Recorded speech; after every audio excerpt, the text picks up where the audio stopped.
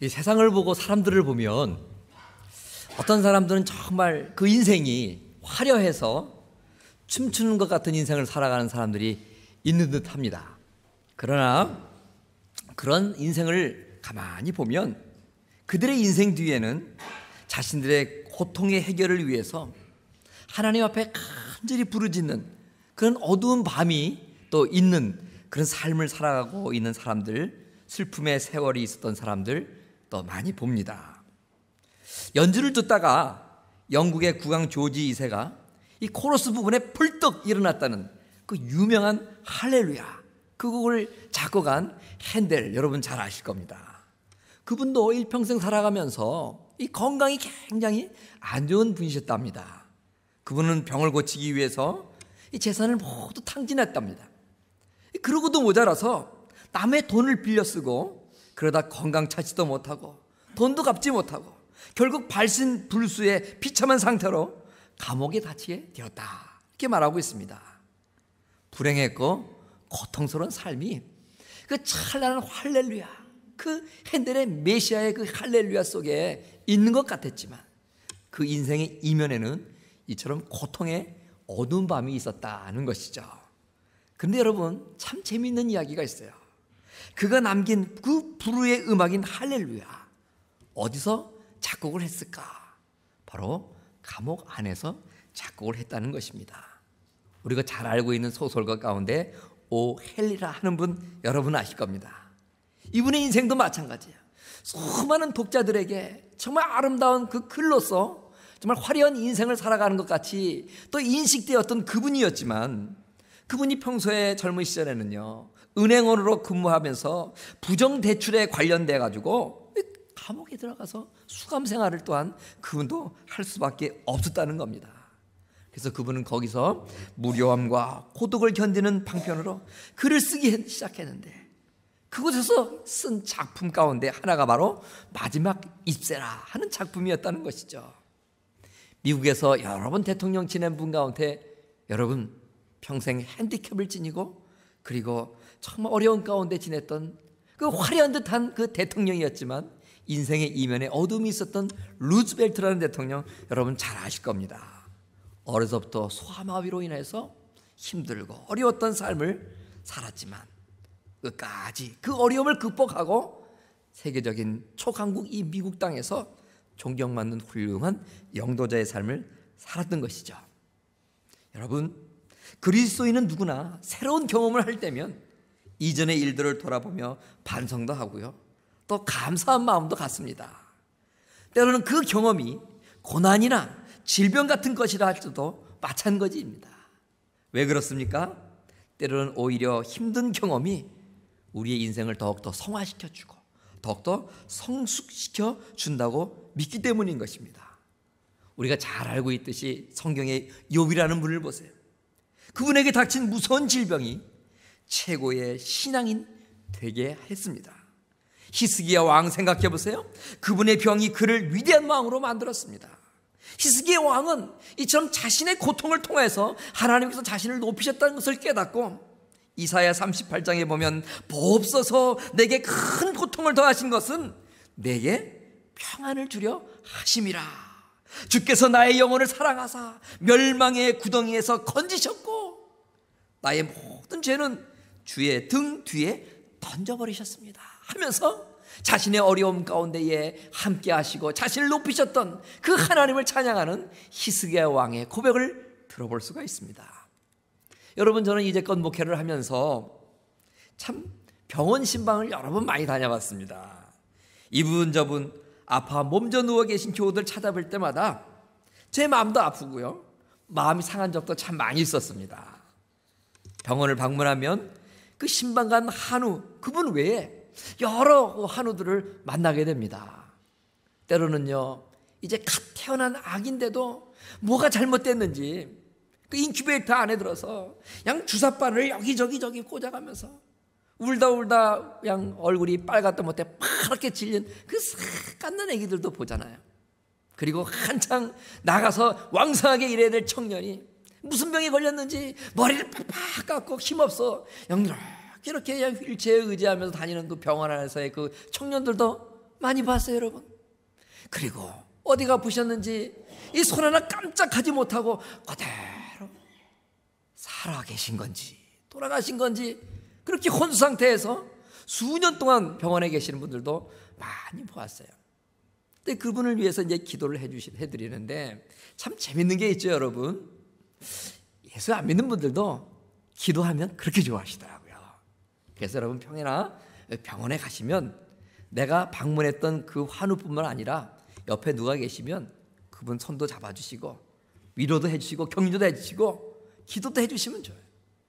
한 번은요 이렇게 4인실 병원에 제가 우리 교우가 입원해서 병문안을 갔어요. 그런데 이제 다 마치고 나오려고 그러는데 그 누워 계신 그 세 분의 환자가 가만히 저를 쳐다보는 거예요. 그런데 그 눈빛이요 가만히 보니까는 나를 위해서 좀 기도 좀 해고 가시오. 목사 양반 나를 위해서 좀 기도 좀 한마디 좀 뭐라고 좀 해주고 가세요. 그러는 눈빛 같은 거예요. 그래가지고 한 분 앉아서 어디가 아프십니까? 여쭤보고 힘내세요. 기도도 해주고 또 한 분 어디가 아프세요? 얼마나 힘드세요? 기도해주고 또 한 분 힘드시죠? 참으세요. 곧 나을 겁니다. 퇴원할 겁니다. 기도해드렸어요. 그런데 여러분 한 번 제가 기억나는 일 가운데는 그렇게 이제 나가려가다 기도를 해달라는 간절한 그런 눈빛을 보고 기도해드리는 어떤 아주머니가 계셨는데요. 길게 기도하지 않았는데 짧게 몇 마디 하는데 그렇게 간절한 마음으로 아멘 아멘 하면서 제가 기도 한 문장이 끝날 때마다 아멘으로 화답하는 거예요. 그래서 이분이 어느 교회 집사님인가 권사님인가 어떻게 믿음이 이렇게 좋은가 하면서 나중에 집사님이세요? 권사님이세요? 그랬더니 다 아닙니다 그러는 거예요. 그럼 어느 교회 다니세요? 교회 안 다닙니다 그러시는 거예요. 근데 어떻게 아멘을 이렇게 잘하세요? 그랬더니 자신이 병상생활을 하면서 하도 목사님들 왔다 갔다 하면서 기도할 때마다 성도들이 기도하고 나면 아멘 아멘 하는 걸 봐서 의뢰껏 목사가 기도하면 한마디 끝나면 아멘 하는구나 알고 그분도 제가 한마디 기도말이 끝날 때마다 아멘 아멘 아멘 했다는 거예요. 그래서 제가 가만히 생각하면서 병원을 하면서 이거 신앙생활을 오래 하면서 이 뭐 아멘 안 하는 성도보다 100번 낫다 그런 생각도 해보는 거예요. 여러분 아멘 얘기가 나와서 제가 갑자기 생각이 나는데요. 제가 신학교 시절에 우리 동기 가운데 이 아멘 전도사가 있었어요. 아멘 전도사. 채플 시간에는 꼭 맨 앞에 강대상 앞에 의자에 앉아가지고 목사님들이 설교를 할 때마다 한마디만 끝날 때마다 아멘 아멘 그러는 거예요. 목소리도 또 이렇게. 근데 어떤 목사님들은 그 동기 전도사가 아멘 아멘 하는 게 좋아가지고요 더 신나서 막 격려를 받아서 설교를 하시는 분도 있었는데 근데 어느 날 한번 지금은 은퇴하신 곽선희 목사님이 이제 채플시간을 설교를 하시는 거예요. 그분 여러분 아세요? 교회에서 그분이 설교하실 땐 모든 성도들은요 아멘 소리 하면 안 됩니다. 그 대신 어떻게 해야 돼요? 속으로 이렇게 해야 되는 거예요. 근데 그걸 모르고 이 동기 전사님이 요 앞에 앉아가지고 곽 목사님이 설교할 때마다 아멘 아멘 그런 거예요. 그 목사님이 얼마나 마음속에 이제 부담이 됐는지 한 번은 설교하다가 도저히 안 되겠나 봐요. 한 중반쯤 되셨는데 목사님이 가만히 설교하시다 끝나시더니 조용히 손가락질로 이랬어요. 그럼쯤이면 그 동기 전사님이 아멘 안 할 것 같잖아요. 또 설교를 시작했는데요. 그 전사님이 또 아멘 그러시는 거예요. 그러니까 또 뭐 각선희 목사님이 참다 그러다가 또 조용히 설교를 멈추시고 가만히 그 전사님을 쳐다보는 거예요. 이쯤 되면 이제 아멘이 나올 수가 없지요. 그 천하의 곽선희 목사님이 이렇게 주목하여 부르는데 화가 나셨다는 뜻인데 한참이나 한 2, 3초 설교를 멈추시고 바라보시다가 설교를 조용히 하시는데요. 이 전사님이요 어떻게 하신지 아세요? 아멘 그래도 아멘 하시는 거예요 끝까지. 그러니까 어떻게 해요? 곽 목사님이 내버려 두시는 거예요. 아멘 얘기가 나와서 이제 말씀을 드렸는데 이런저런 환우들을 이렇게 쭉 볼 때마다 이따금 저는 이 작은 육신의 그 연약함 이 불편함 보면서 이 아플 때마다 짜증내고 신경질 냈던 그런 일들이 막 이렇게 스치는 거예요. 그래서 아파하는 분들과 비교해보면 제 자신의 이런저런 순간순간 아픈 것들 정말 아무것도 아니구나 하는 생각을 해보고, 감사를 아무리 해도 다함이 없고, 아무리 감사를 해도 충분함이 없다는 생각을 이렇게 병원 신방 나오면서 많이들 해보게 되는 거예요. 요즘 신방을 쭉 다니다 보면 교우들도 의외로 적지 않은 분들이 아프신 분들이 이렇게 많더라고요. 뭐 알러지 때문에 아프고, 감기 때문에 아프고, 뭐 관절염 때문에 아프고, 또 뭐 손발이 저려서 아프시고, 또 여러 가지 장기가 또 연약해서 아프시고. 몸이 아프시면 얼마나 불편하세요. 또 얼마나 괴로우세요. 또 뼈마디가 이렇게 아프면 움직이는 것도 힘들고 얼마나 고통스러우세요. 사람이 오래 아프다 보면요, 마음까지 아파지는 것 같아요. 우울해지고요, 때로는 진병의 효자 없다고 짜증도 나는 것 같아요. 그런데 그래도 감사하시며 사시길 바랍니다.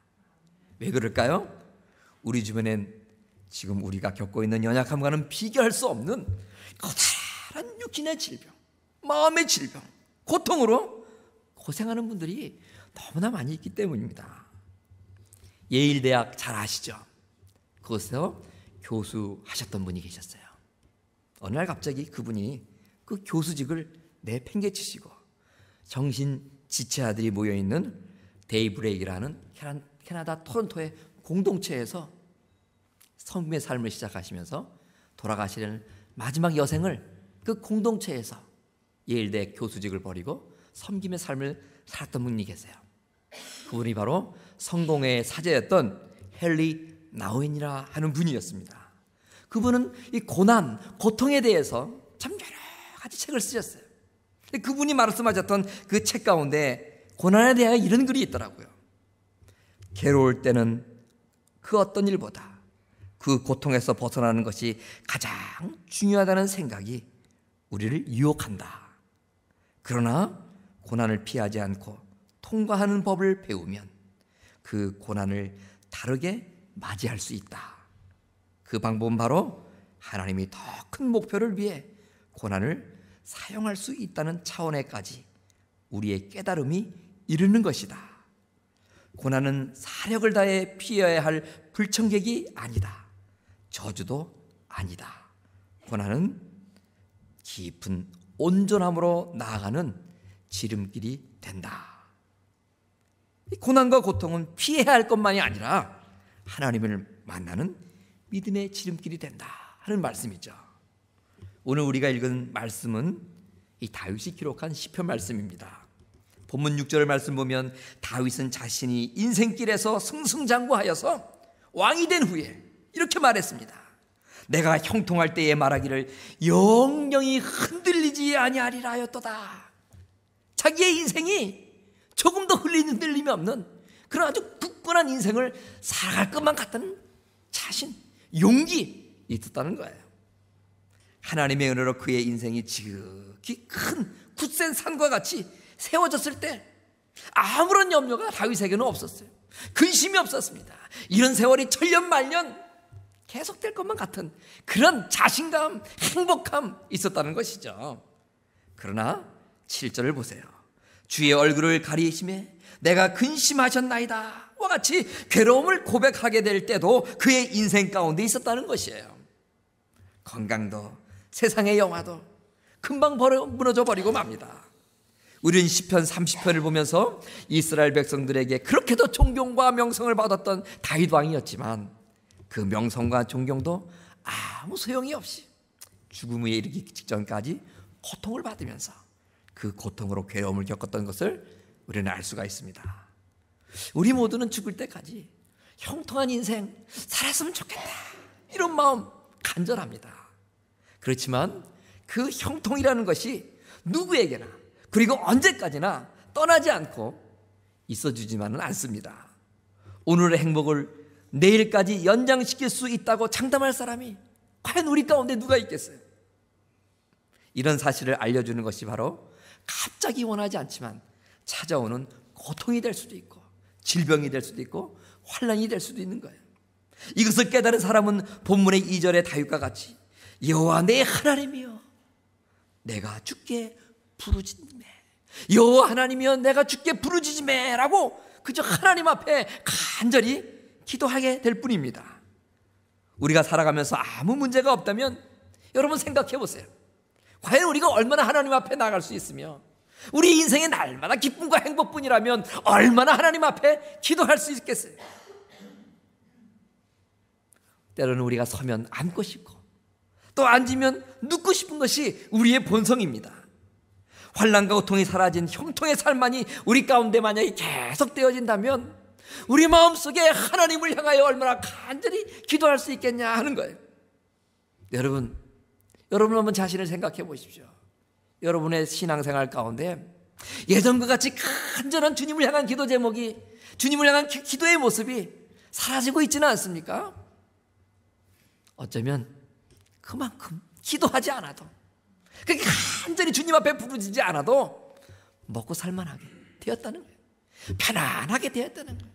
근심, 걱정, 하나님이 도와주시면 안 됩니다 하고 하나님 앞에 매달렸던 그 과거의 그런 힘든 삶이 다 사라지고 편안해졌다는 거예요. 편안하다는 거 좋지요. 그러나 그 편안함이 가져다주는 해악도 우리에게 있다는 것을 우리는 기억해야 됩니다. 무엇입니까? 바로 그 편안함이 때로는 하나님과 나의 관계를 멀게 한다는 거예요. 그 편안함이 때로는 하나님을 향한 간절한 나의 마음을 빼앗아간다는 거예요. 그 안락함이 때로는 하나님을 향한 나의 간절한 부르짖음, 그 목소리를 거두어간다는 것입니다. 여러분, 그런데 만약에 고통이 찾아와 보세요. 환난이 다가와 보십시오. 간절한 기도 안 할 수가 없습니다. 부르짖며 기도하게 됩니다. 고통이 닥치는 밤이 올 때에 우리 모두에게는 부르짖는 기도 아니할 수가 없게 되는 것입니다. 여러분 가운데 아파본 분들은 아실 거예요. 괴로움 겪어오신 분들 다 아실 거예요. 밤이 오면 그 고통, 그 아픔 왜 이렇게 심해지는지 모르겠어요. 모두 다 잠든 밤에 이상하게 몸은 더 아파집니다. 마음도 더 아픕니다. 그런 아픔으로 잠들지 못하고 뒤척이는 그 시간, 어떻게 보면 괴롭고 고통스러운 정말 지루한 시간이지만 어떻게 보면 그 시간에 하나님을 좀 더 생각할 수 있고 하나님 앞에 더욱더 기도할 수 있는 거예요. 시간적인 밤뿐이 아닙니다. 인생이 힘들고 어려운 깊은 어둠 속에 우리들이 잠길 때 때로는 힘들고 어려움으로 인해서 한탄하고 주저하고 낙심할 수 있지만 어찌 보면 그 인생의 깊은 밤과 같은 고난의 시간, 고통의 시간을 통하여 평소에 잊었던 하나님 다시 생각할 수 있고요. 평소에 조금 기도했던 우리의 기도가 간절한 부르짖음으로 주님을 향하여 나아갈 수 있게 되는 것입니다. 나이팅게일이라 하는 새 한 마리가 있습니다. 이 나이팅게일이라는 새, 다른 별명으로 보면 밤꾀꼬리라 그렇게도 불린답니다. 깊은 밤에 모든 새들, 모든 사람이 잠들 잘 때에 이 밤꾀꼬리라 하는 나이팅게일 더 계속 울어제끼는데 그렇게 그 소리가 아름다울 수가 없다는 거예요. 그러면 이 나이팅게일 밤꾀꼬리라는 새는 낮에는 짖지 않고 밤에만 짖는 건가? 그렇지 않죠, 여러분. 이 새는 분명히 낮에도 짖습니다. 그런데 왜 이렇게 이 나이팅게일은 이 밤에 들리는 소리가 더욱더 아름답고 정말 아름다운 그 지저귀이 될 수가 있을까요? 낮에는 그렇게 여전히 아름다운 목소리로 이 나이팅게일은 짖었지만, 노래를 불렀지만 낮에는 그 소리를 잡아먹는 여러 가지 인생의 잡음들, 너무 시끄러운 소음들이 많았기 때문에 그 아름다움이 두드러질 수가 없었다는 것입니다. 모든 것이 다 가라앉은 적막한 밤속에 들리는 그 나이팅게일의 소리, 마침내 그 밤에 일어서야 아름다운 목소리로 인식하게 된다는 거예요. 여러분, 우리 가운데 이 나이팅게일 같은 그런 모습, 어쩌면 우리가 세상 살아가면서 이런저런 바쁜 일로 인하여서, 이런저런 행복한 일로 인해서, 이런저런 기쁜 일로 인해서 하나님을 향하여서 정말 아름다운 목소리가 들려질 수 있어야 되는데 때로는 가려질 수 있다는 거예요.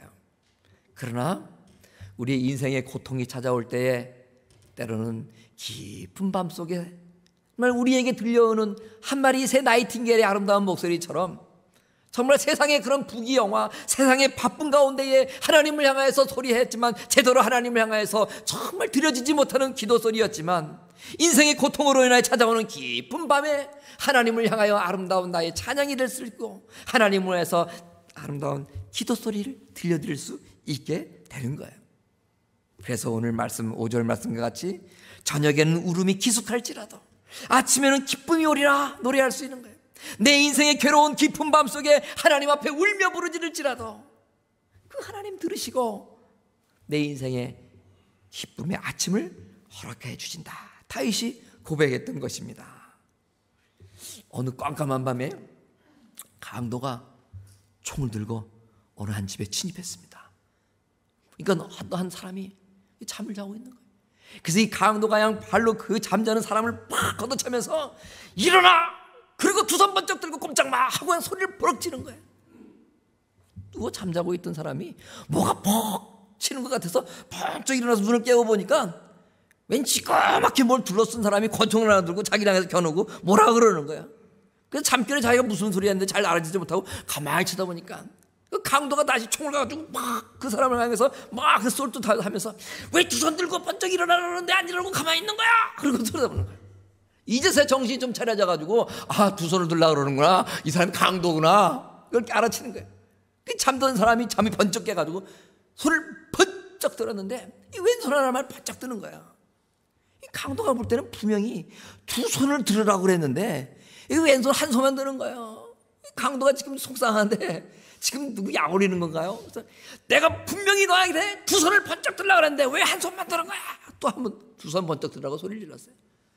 그랬더니 이 사람이 손을 들긴 드는데 여전히 한쪽 손만 다시 번쩍 드는 거예요. 강도가 화가 나가지고 두 손을 들으려고 했는데 왜 한 손만 드는 거냐 했더니 죄송합니다. 제 이 한 손이요 너무나 신경통이 심해서 요즘 꼼짝도 못하고 살아가는 게 벌써 이게 여러 달인데 양해를 좀 해주시길 바랍니다 한 거예요. 아, 그랬더니 그 왼손 하나 들고 있는 그 집주인 그 이야기를 듣고는 이 권총 든 강도의 눈빛이 달라지는데요. 그러면서 그 주인의 얘기를 듣더니 강도가 한마디 당신도 신경통이 있습니까? 딱 그러는 거야. 나도 지금 신경통이 너무나 심해서 이 오른손 사용할 수도 없고 그래서 한 손밖에 사용할 수 없어서 취업도 제대로 하지 못하고 일도 하지 못해서 할 수 없이 이렇게 총 들고 왼손으로 잡고 이렇게 강도짓 하면서 빌어먹고 살고 있는데 하필 당신도 신경통이 걸려가지고 내 정말 목적한 바를 제대로 이루지 못하겠다고 하면서 번쩍 들었던 총 내려놓고요. 그 다음부터 그 집안에 절퍼다가 앉아가지고 신경통이 무엇 때문에 생겼습니까? 신경통에 좋은 약은 뭐가 있습니까? 남들 얘기 들어보니까 신경통은 이렇게 하면 낫는답니다. 뭐 이런 얘기를 하면서 날밤을 샜다는 거예요. 여러분, 이 얘기는 제 얘기도 아니고요. 또 어느 분이 들은 얘기도 아니에요.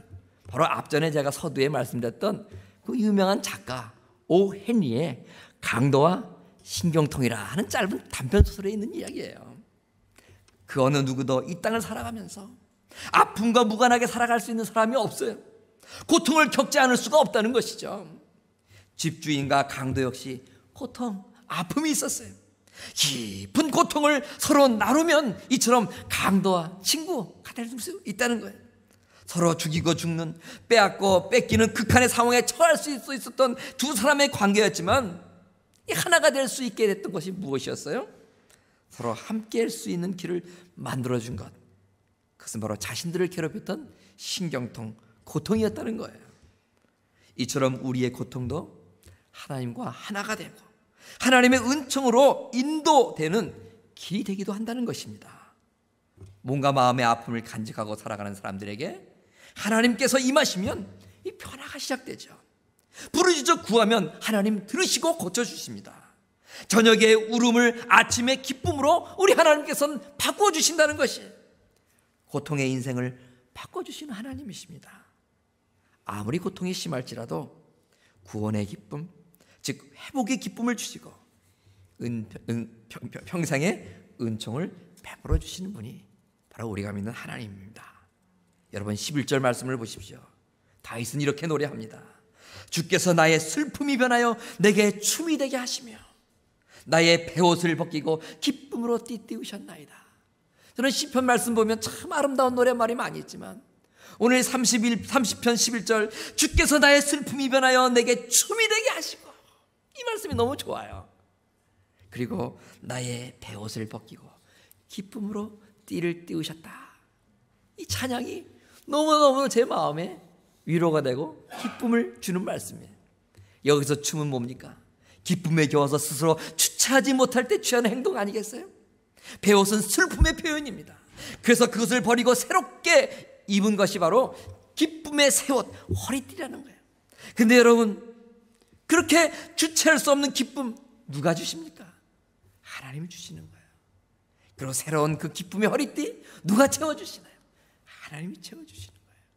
그러면 어떨 때 그 기쁨의 옷, 기쁨의 허리띠가 나에게 찾아올 수 있을까요?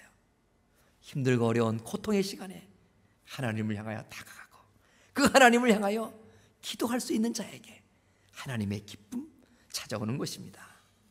영국 왕실의 유명한 바이올리니스트였던 피터 그루터라 하는 음악가가 있었어요. 그가 바로 그렇게 유명한 이 스트라디바리우스라는 그 바이올린 가지고 어느 날 핀란드에서 연주를 하게 됩니다. 그런데 이 피터가 너무나 이 훌륭한 악기를 가지고 자기가 연주를 하게 되니까 마음속에 너무 흥분이 됐나 봐요. 그만 연주하다가 이 바이올린을 떨어뜨리고 그 바이올린이 깨어지고 금이 가게 되었어요. 피터가 이제 근심이 찼던 거예요. 이 소식을 듣는 영국의 유명한 그런 악기를 수리하는 수리공이 그 핀란드에 찾아와서 이 피터를 만납니다. 당신의 악기가 깨어졌다는 얘기 듣고 제가 고쳐드리러 왔습니다. 깨어진 악기를 이 수리공에게 피터가 맡긴 거예요.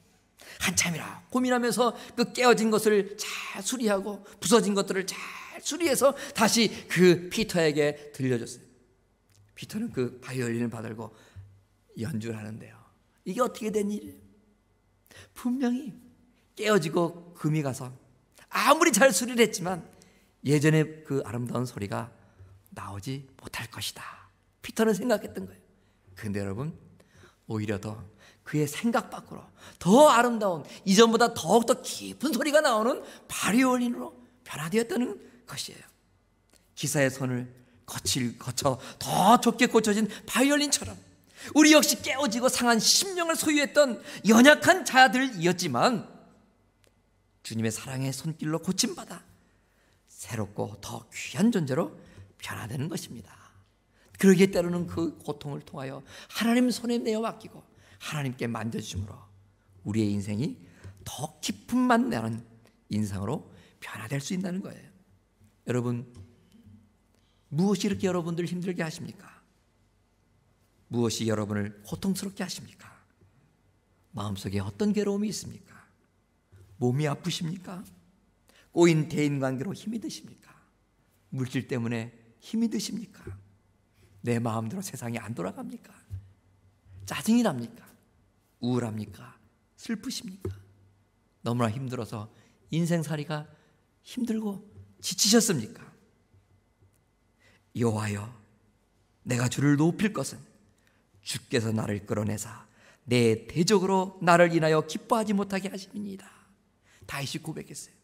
여호와 내 하나님이여, 내가 주께 부르짖음에 나를 고치셨나이다.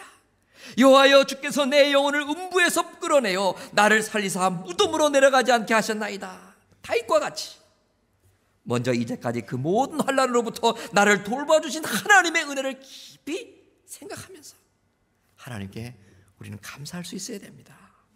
하나님을 찬양할 수 있어야 됩니다. 그리고 오늘 말씀 10절과 같이 그 고통의 현장에서 하나님을 찾아보세요. 여호와여, 들으시고 나를 긍휼히 여기소서. 여호와여, 나의 돕는 자가 되소서 하고 외쳐보십시오. 하나님, 내 소리를 들어주세요. 나를 긍휼히 여겨주세요. 하나님, 나의 돕는 자가 되어주세요. 주님 앞에 기도해 보시길 바랍니다. 스트라디바리우스, 그 악기를 고쳐줬던 기사처럼 깨어지고 상한 우리를, 병들고 고통당하는 우리를 하나님께서는 고치시고 회복시켜 주실 것입니다. 그래서 다윗과 같이 하나님께서는 우리에게 괴로움과 고통의 베옷을 벗고 기쁨의 새 옷을 입혀주실 것입니다. 슬픔이 변하여 춤추게 하여 주실 것입니다. 저녁에는 울음이 기습할지라도 아침에는 기쁨이 오리라. 다윗은 노래합니다. 주께서 나의 슬픔을 변하여 춤이 되게 하시고 나의 베옷을 벗기고 기쁨으로 띠띠우셨다고 주님을 찬양하고 있습니다. 괴로움도 떨쳐버릴 수 없었던 그 이스라엘의 성군 중에 성군 다윗이 고통이 오고 환난이 오고 역경이 왔을 때 하나님을 찾게 됐고 하나님 앞에 부르짖었을 때에 그 하나님이 다윗 자신에게 행하셨던 놀라운 역사인 것입니다. 오늘 우리 인생 살아가면서 힘들고 어려울 때 오늘 다윗과 같이 세상에 취하여 흥청망청 살아갈 것이 아니라 하나님을 더욱더 가까이 하시고 하나님을 향하여 더욱더 나의 아픔, 내 속마음을 부르짖어 보세요. 하나님께서는 내 슬픔을 변하여 춤추는 인생으로 나를 변화시킬 것입니다.